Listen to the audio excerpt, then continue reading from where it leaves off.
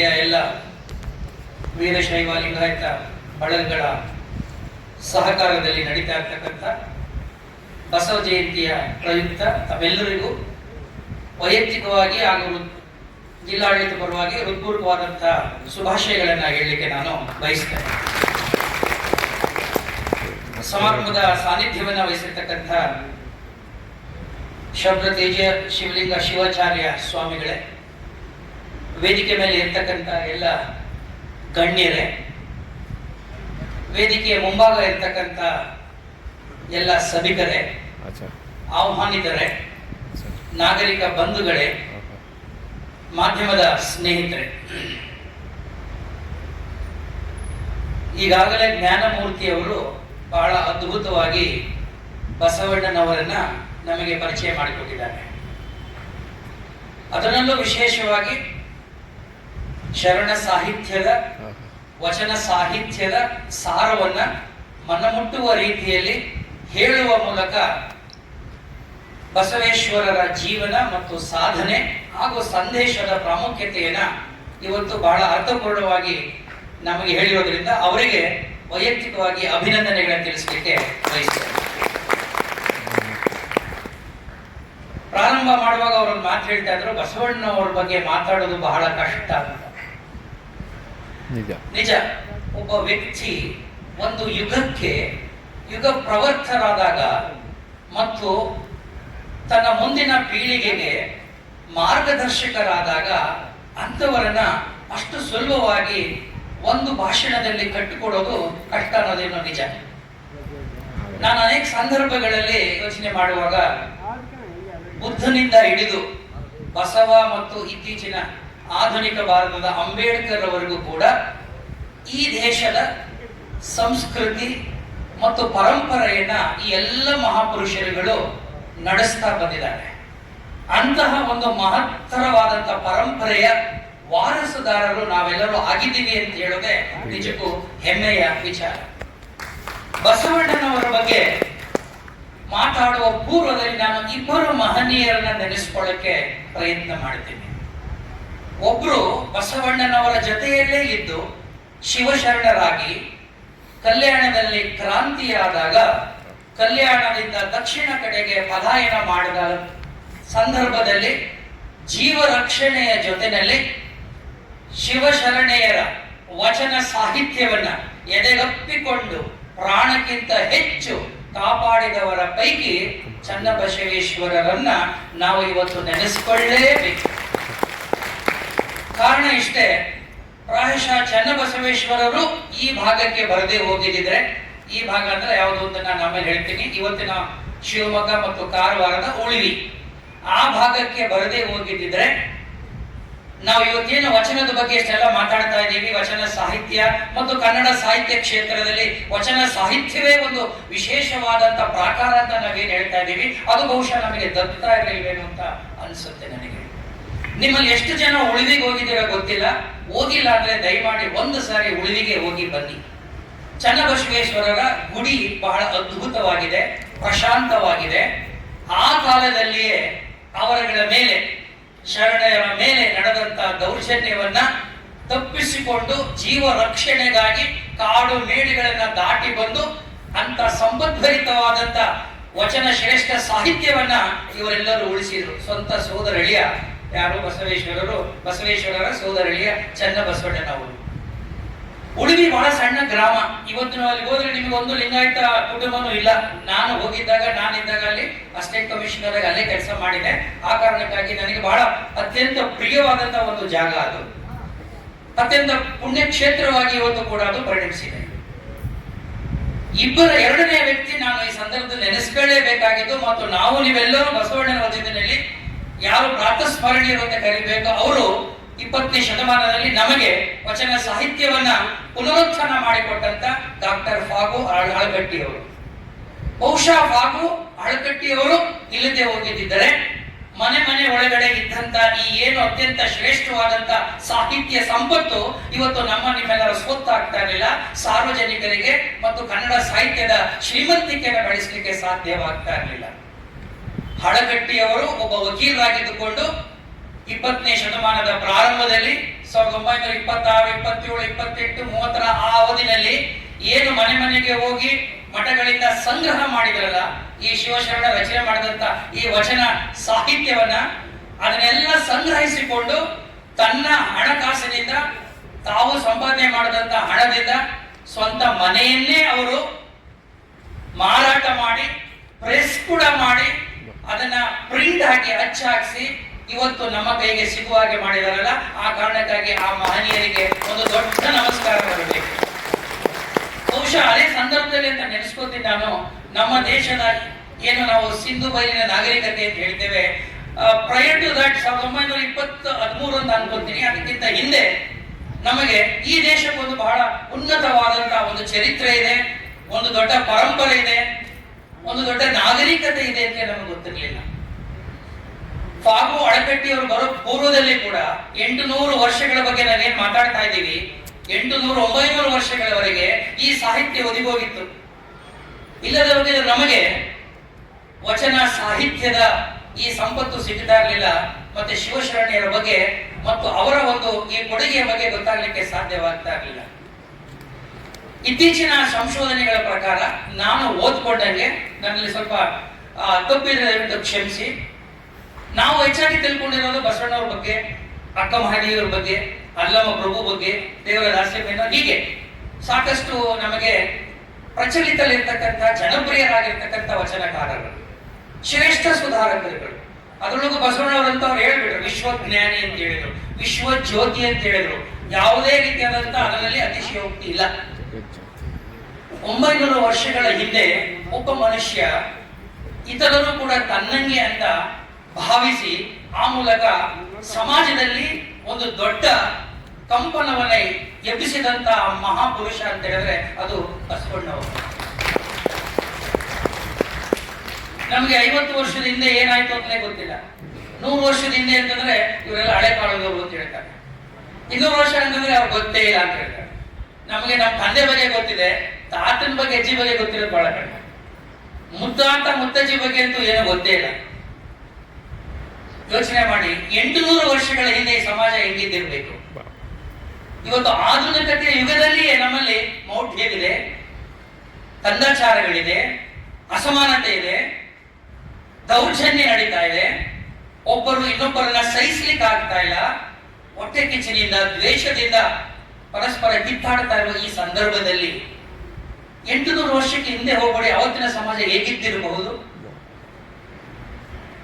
ಅಂತಹ ಸಮಾಜದಲ್ಲಿ ಆ ಜನಗಳನ್ನ ಒಂದುಗೂಡಿಸಿ ಅವರಲ್ಲಿ ಒಂದು ಜಾಗೃತಿ ಮೂಡಿಸ್ತಕ್ಕಂಥ, ನಾವೆಲ್ಲರೂ ಸಮಾನರು, ನಮಗೆಲ್ಲರಿಗೂ ಇರೋದು ಒಂದೇ, ಮನುಷ್ಯತ್ವದ ಘನತೆಯನ್ನ ಎತ್ತಿ ಹಿಡಿಬೇಕು ಅಂತೇಳಿ ಆ ಕಾಲದಲ್ಲಿಯೇ ಇವತ್ತೇನು ಪ್ರಜಾತಂತ್ರ ವ್ಯವಸ್ಥೆ ಅಂತ ಮಾತಾಡ್ತೀವಲ್ಲ, ಈ ಪ್ರಜಾತಂತ್ರ ವ್ಯವಸ್ಥೆಯನ್ನ ಜಾರಿಗೆ ತಂದಂತ ಮೊಟ್ಟ ಮೊದಲ ಭಾರತೀಯ ಸಮಾಜ ಸುಧಾರಕರಲ್ಲಿ ಅತ್ಯುನ್ನತವಾದಂತಹ ಸ್ಥಾನವನ್ನ ನಾನು ಬಸವಣ್ಣವರಿಗೆ ಕೊಡ್ಲಿಕ್ಕೆ ಬಯಸ್ತೇನೆ. ಬಹುಶಃ ನೀವು ಗ್ರೀಕ್ ಇತಿಹಾಸವನ್ನ ಓದಿದ್ರೆ ನಿಮ್ಗೆ ಅರ್ಥ ಆಗಿರುತ್ತೆ. ಗ್ರೀಕ್ ನಲ್ಲಿ ಒಂದು ಪರಂಪರೆ ಇದೆ. ನೀವು ಸಾಕ್ರೆಟಿಸ್ ಹೆಸರು ಕೇಳಿರ್ತೀವಿ. Socrates one of the greatest philosophers this world has seen. ಬಹುಶಃ ಈ ಮಾನವ ಸಮಾಜ ಖಗೋಳ ಏನಾದರೂ ಅತ್ಯಂತ ಶ್ರೇಷ್ಠವಾದಂತ ಒಬ್ಬ ದಾರ್ಶನಿಕನನ್ನ ಕಂಡಿದ್ರೆ ಅದು ಸಾಕ್ರೆಟಿಸ್ ಕೂಡ ಒಬ್ಬರು.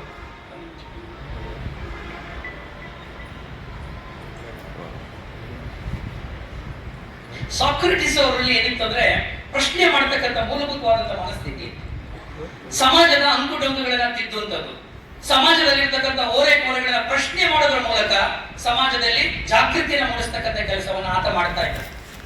ಮನೆಯಲ್ಲಿರ್ತಿರ್ಲಿಲ್ಲ ಅವನು, ಒಳ್ಳೆ ಗಂಡನಾಗ್ಲಿಲ್ಲ ಅವನು, ಆದಿ ಬಿದ್ದು ತಿರುಗಾಡ್ತಿದ್ದ, ಕಟ್ಟೆ ಮೇಲೆ ಕೂತ್ಕೋತಿದ್ದ, 4 ಜನ ಕರೀತಿದ್ದ, ಮಾತಾಡ್ತಿದ್ದ. ನಿನ್ ಪ್ರಶ್ನೆ ಏನು, ನನ್ನ ಪ್ರಶ್ನೆ ಏನು, ಹೀಗೆ ಪ್ರಶ್ನೆಗಳ ಮೇಲೆ ವಾದ ವಿವಾದಗಳು ಮಾಡಿಕೊಂಡು ಅವನೊಬ್ಬ ದೊಡ್ಡ ಫಿಲಾಸಫರ್ ಅಂತ ಅನ್ಸ್ಕೋತಾನೆ. ಆ ಒಂದು ಸಂದರ್ಭ ಬಿಟ್ರೆ ಅವನಿಗೆ ಇಬ್ಬರು ಶಿಷ್ಯರು ಮುಂದೆ ಬರ್ತಾರೆ, ಪ್ಲೇಟೋ ಆಮೇಲೆ ಅರಿಸ್ಟಾಟಲ್, ಬೇರೆ ಕತೆ. ಆ ಸಂದರ್ಭ ಬಿಟ್ರೆ ಪ್ರಾಯಶಃ 12ನೇ ಶತಮಾನ, ಬಹುಶಃ ನಿಮ್ಗೆ ಗೊತ್ತಿರಲಿ, 12ನೇ ಶತಮಾನ ಭಾರತದ ಇತಿಹಾಸದಲ್ಲಿ ಅಷ್ಟೊಂದು ಪ್ರಬುದ್ಧವಾದಂತ ಅಥವಾ ಪ್ರಗತಿಯನ್ನು ಕಂಡಂತ ಶತಮಾನ ಅಲ್ಲ. ಅಂತ ಶತಮಾನದಲ್ಲಿ, ಅಂತ ಸಂದರ್ಭದಲ್ಲಿ ಸಮಾಜದ ಜನರನ್ನ ಎಬ್ಬಿಸೋದಿದೆಯಲ್ಲ, ಜಾಗೃತಿ ಮೂಡಿಸೋದಿದೆಯಲ್ಲ, ನಾವೆಲ್ಲರೂ ಒಂದೇ, ಜಾತಿಯಿಂದ ಯಾರು ಮೇಲೆಲ್ಲ ಕೀಳಲ್ಲ, ನೀವು ಶ್ರೇಷ್ಠ ನಾವು ಕನಿಷ್ಠ ಅನ್ನೋದೆಲ್ಲ ಇಲ್ಲ ಅಂತ ಹೇಳ್ತಾರಲ್ಲ, ಅದು ಬಹಳ ಅನುಕರಣೀಯವಾದದ್ದು, ಶ್ಲಾಘನೀಯವಾದದ್ದು ಅಂತ ಹೇಳಿ. ಎಂತ ಎದೆಗಾರಿಕೆ ಬಸವಣ್ಣನಿಗೆ ಆ ಸಂದರ್ಭದಲ್ಲಿ ಇರಬೇಕು, ಎಂತ ಗುಂಡಿಗೆ ಬಸವಣ್ಣವರಿಗೆ ಆ ಕಾಲದಲ್ಲಿ ಇದ್ದಿರಬೇಕು, ಯೋಚನೆ ಮಾಡಿ. ಇವತ್ತು ನಮ್ಮ ಅಪ್ಪ ಅಮ್ಮ ಏನಾದ್ರು ಪ್ರಶ್ನೆ ಕೇಳಿದ್ರೆ ಎದುರು ಮಾತಾಡೋಕೆ ನಾವು ಅಯ್ಯೋ ಯೋಚನೆ ಮಾಡ್ತೀವಿ, ಅಥವಾ ಮೇಷ್ಟ್ರುಗಳೇನಾದ್ರು ಬೈದು ಬಿಟ್ರೆ ಪ್ರತಿ ಉತ್ತರ ಕೊಡೋದು ಹೇಗೆ ಅಂತ ಯೋಚನೆ ಮಾಡಬೇಕಾದ್ರೆ, ಇಡೀ ಸಮಾಜ ಒಂದು ದಿಕ್ಕಿಗೆ ಯೋಚನೆ ಮಾಡ್ತಾ ಇದ್ರೆ ಆ ಸಮಾಜ ಹೋಗ್ತಾರ ದಾರಿ ಸರಿಗಿಲ್ಲ, ಈ ದಾರಿ ಸರಿ ಅಂತ ಹೇಳುವಂತ ಎದೆಗಾರಿಕೆಯನ್ನ ಆ ಕಾಲದಲ್ಲಿಯೇ ತೋರಿಸಿದವರು ಬಸವಣ್ಣವರು. ಆ ಕಾರಣಕ್ಕಾಗಿ ಬಸವಣ್ಣವರು ಇವತ್ತಿಗೂ ಕೂಡ ವಿಶ್ವಮಾನ್ಯರು, ಪ್ರಸ್ತುತರು ಅಂತ ನಾನು ಹೇಳಿಕೆ ಬಯಸ್ತಾರೆ.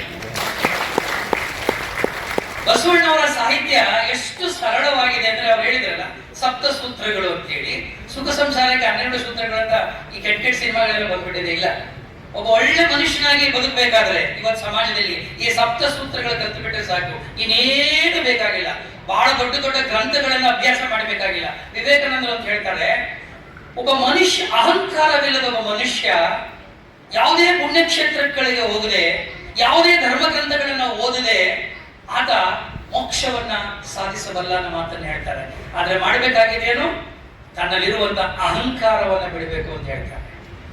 ಜ್ಞಾನಮೂರ್ತಿಗಳು ಅದ್ಭುತವಾದಂತಹ ಒಂದು ವಚನವನ್ನು ಹೇಳಿದ್ರು. ಎಂತಹ ಸೌಜನ್ಯ ಮೂರ್ತಿ ಬಸವಣ್ಣವರು ಅಂತ ಅನ್ಸ್ಬಿಡುತ್ತೆ. ಏನಿ ಬಂದಿರಿ ಹದುಳಗಿದ್ದೀರಿ, ಎಷ್ಟು ಚೆನ್ನಾಗಿದೆ ಆ ಕನ್ನಡದ ಪದಗಳು ಅಂತ ಹೇಳಿದ್ರೆ, ಏನ್ ಬಂದ್ರಿ ಚೆನ್ನಾಗಿದ್ದೀರಾ ಅಂತ ಕೇಳಿದ್ರೆ ನಿಮಗೇನು ಸೊಕ್ಕ, ನಿಮಗೇನು ಮೈಸಿರಿ ಹಾರೋಗ್ತದ, ಕೂತ್ಕೊಳ್ಳಿ ಅಂತ ಹೇಳಿದರೆ ಈ ನೆಲ ಏನು ಅಲ್ಲಿ ನೆಲ ಅನ್ನೋದು ಏನಾದ್ರು ಕುಳಿ ಬಿಡ್ತದ? ಎಂತ ಅದ್ಭುತವಾದ ಮಾತು ಅಂದ್ರೆ, ಒಬ್ಬ ಮನುಷ್ಯನಾಗಿ ಬದುಕಲಿಕ್ಕೆ ಬೇಕಾದಂತ ಅತ್ಯಂತ ಮೂಲಭೂತವಾದಂತ ವಿಚಾರಗಳನ್ನ ಬಸವಣ್ಣವರು ಮಾತಾಡ್ತಾರೆ ಅಂತ ಹೇಳಿದ್ರೆ ಆ ಒಂದು ಸರಳತೆಯನ್ನ ನೀವೆಲ್ಲ ಗಮನಿಸಬೇಕು.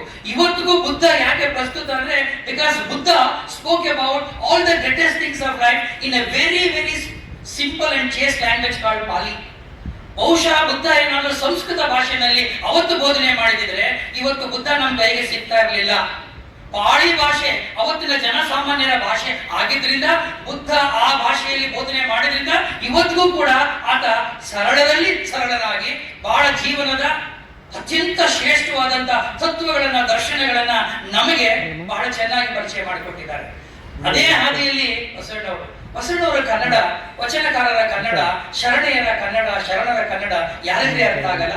ಎಷ್ಟು ಮುದ್ದಾಗಿದೆ, ಎಷ್ಟು ಸೊಗಸಾಗಿದೆ, ನೇರವಾಗಿ ನನ್ನ ಜೊತೆ ನಿಮ್ ಜೊತೆ ಮಾತಾಡ್ತಿದ್ದಾರೇನೋ ಅನ್ನುವ ರೀತಿಯಲ್ಲಿ ಆ ವಚನಗಳಿದೆ. ಆ ವಚನಗಳನ್ನ ಯಾರೇ ಆಗಲಿ ವಿಮರ್ಶೆ ಮಾಡಬೇಕಾದ ಅಗತ್ಯ ಇಲ್ಲ, ಅದಕ್ಕೆ ಭಾವಾರ್ಥ ತುಂಬಬೇಕಾದ ಅಗತ್ಯ ಇಲ್ಲ. ಅವು ತಮ್ಮಿಂದ ತಾವೇ ಎಲ್ಲ ಅರ್ಥವನ್ನು ಕೂಡ ಸೂಚಿಸುವಷ್ಟು ಶಕ್ತಿಶಾಲಿಯಾದಂತ ಪದಗಳಿಂದ ರಚನೆ ಆಗಿರ್ತಕ್ಕಂಥದ್ದು. ಅದಕ್ಕೆ ಕನ್ನಡ ಸಾಹಿತ್ಯದಲ್ಲಿ ವಚನ ಸಾಹಿತ್ಯಕ್ಕೆ ವಿಶೇಷವಾದಂತ ಸ್ಥಾನಮಾನ ಸಿಕ್ಕಿರ್ತಕ್ಕಂಥದ್ದು. ಇನ್ನೊಂದು ವಿಷಯ ನಿಮ್ಗೆ ಹೇಳಿ ಬಯಸ್ತೇನೆ, ಬಸವಣ್ಣವರು ಬೆಳೆದದ್ದು ಜನಸಾಮಾನ್ಯರ ನಡುವೆ. ನಿಜ, ಅವರು ಭಕ್ತಿ ಭಂಡಾರಿ ಆಗಿದ್ರು ಅಂತ ಕರಿಬಹುದು, ಅವರು ವಿಚಾರಣ ಆಸ್ಥಾನದಲ್ಲಿ ಮಂತ್ರಿ ಆಗಿದ್ರು, ಅದು ಯಾವುದೂ ಕೂಡ ಅವರ ತಲೆ ಒಳಗಡೆ ಹೋಗ್ಲಿಲ್ಲ. ಆದ್ರೆ ಅವರು ಕಳೆದದ್ದು, ಅವರು ಇದ್ದದ್ದು, ಅವರ ಇಡೀ ಜೀವನ ಪರ್ಯಂತ ಅವರು ಯೋಚನೆ ಮಾಡಿದ್ದು, ಚಿಂತನೆ ಮಾಡಿದ್ದು ಜನರ ಬಗ್ಗೆ, ಜನರ ಸಮಸ್ಯೆ ಬಗ್ಗೆ, ಜನರ ಕಷ್ಟ ಸುಖಗಳ ಬಗ್ಗೆ. ಆ ಕಾರಣಕ್ಕಾಗಿ ಬಸವಣ್ಣ ಇವತ್ತಿಗೂ ಕೂಡ ಶ್ರೇಷ್ಠ ವ್ಯಕ್ತಿಯಾಗಿ, ಮೇರು ವ್ಯಕ್ತಿಯಾಗಿ ನಮ್ಮ ಮುಂದೆ ನಿಲ್ತಾರೆ. ಯಾವ ಸಮಾಜ ಸುಧಾರಕ ಈ ಸಮಾಜವನ್ನ ಬಿಟ್ಟು, ಈ ಸಮಾಜದ ಜನರನ್ನ ಬಿಟ್ಟು ಬೇರೆಯವ್ರ ಬಗ್ಗೆ ಮಾತಾಡ್ತಾನೋ, ಅಥವಾ ಅಲೌಕಿಕ ವಿಚಾರಗಳ ಬಗ್ಗೆ ಮಾತಾಡ್ತಾನೋ, ಅಥವಾ ದೇವರುಗಳ ಬಗ್ಗೆ ಮಾತಾಡ್ತಾನೋ, ಆಗ ಸಮಾಜಕ್ಕೆ ಅಷ್ಟು ಬೇಗ ಸ್ಪಂದಿಸಕ್ಕೆ ಸಾಧ್ಯವಿಲ್ಲ. ಬುದ್ಧ ಅದೇ ಹೇಳಿದ್ದು. ಬುದ್ಧನಿಗೆ ಕೇಳಿದ್ರು, ಹ್ಯಾವ್ ಯು ಸೀನ್ ಗಾಡ್? ದೇವ್ರು ಅಂದ್ರೆ ಏನು, ನೀವು ದೇವ್ರು ನೋಡಿದ್ದೀರಾ ಅಂತ ಕೇಳ್ತಾರೆ. ಬುದ್ಧ ಏನು ಉತ್ತರ ಕೊಡೋದಿಲ್ಲ. ಅವನು ಯಾಕೆಂದ್ರೆ ಬುದ್ಧ ನೋಡಿಲ್ಲ ದೇವ್ರನ್ನ, ಸುಳ್ಳು ಹೇಳ್ಬೋದಾಗಿತ್ತು, ಅವನು ಹೇಳುವುದಿಲ್ಲ.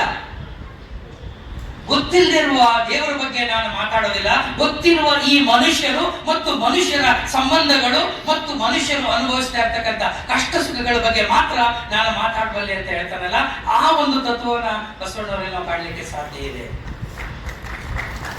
ಅದಕ್ಕೆ ಬಸವಣ್ಣವರು ತೀರಾ ಸಾಮಾನ್ಯರಲ್ಲಿ ಸಾಮಾನ್ಯರ ಅತ್ಯಂತ ಶ್ರೇಷ್ಠ ವ್ಯಕ್ತಿಯಾಗಿ ಮನುಷ್ಯ ಜೀವನದ ಘನತೆಯನ್ನ ಎತ್ತಿ ಹಿಡಿದವರು ಅಂತ ನಾನು ಪ್ರಾರಂಭದಲ್ಲಿ ಹೇಳಿದ್ದೆ.